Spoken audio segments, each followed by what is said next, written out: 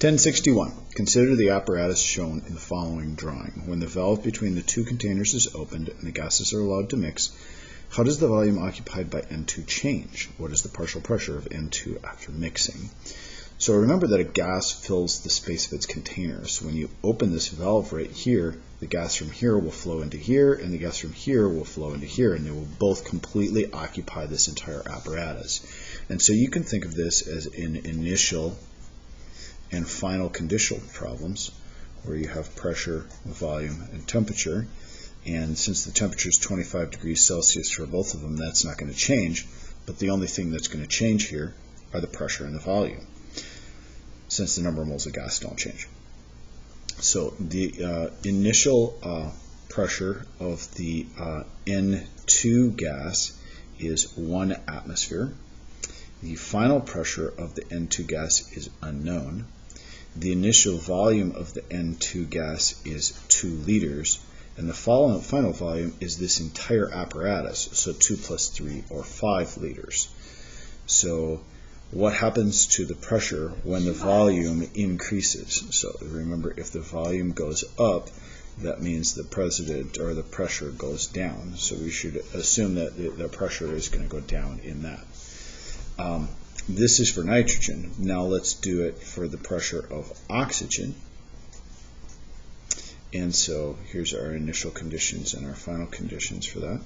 And our oxygen started at 2 atmospheres of pressure, 3 liters, and then of course 25 degrees Celsius, so those remain the same. And then it goes to 5 liters because it's going to fill the shape of its container.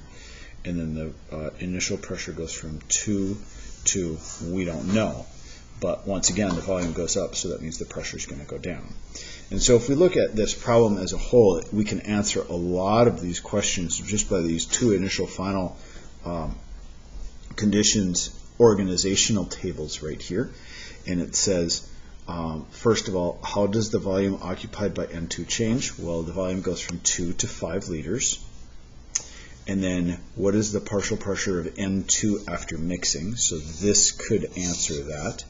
And so it starts at 1 atmosphere.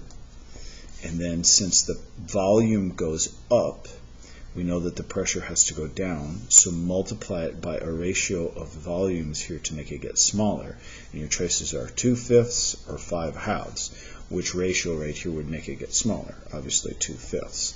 And so our pressure would be 2/5 of an atmosphere for the nitrogen. That would be the partial pressure of nitrogen inside the container. And letter B, how does the volume of O2 gas change? Well, O2 goes from 3 liters to 5 liters, so it increases. And then what is the partial pressure of O2 in the mixture?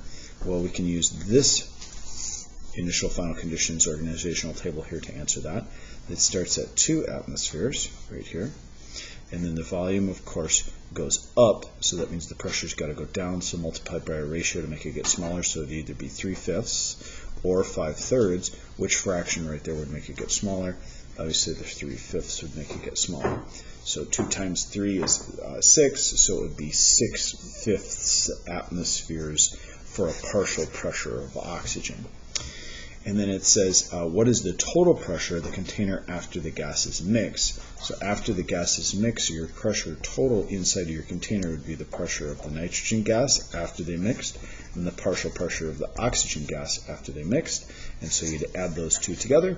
So 2/5 plus 6/5, and 2 plus 6 is 8, so you'd end up with 8/5 atmosphere of pressure total.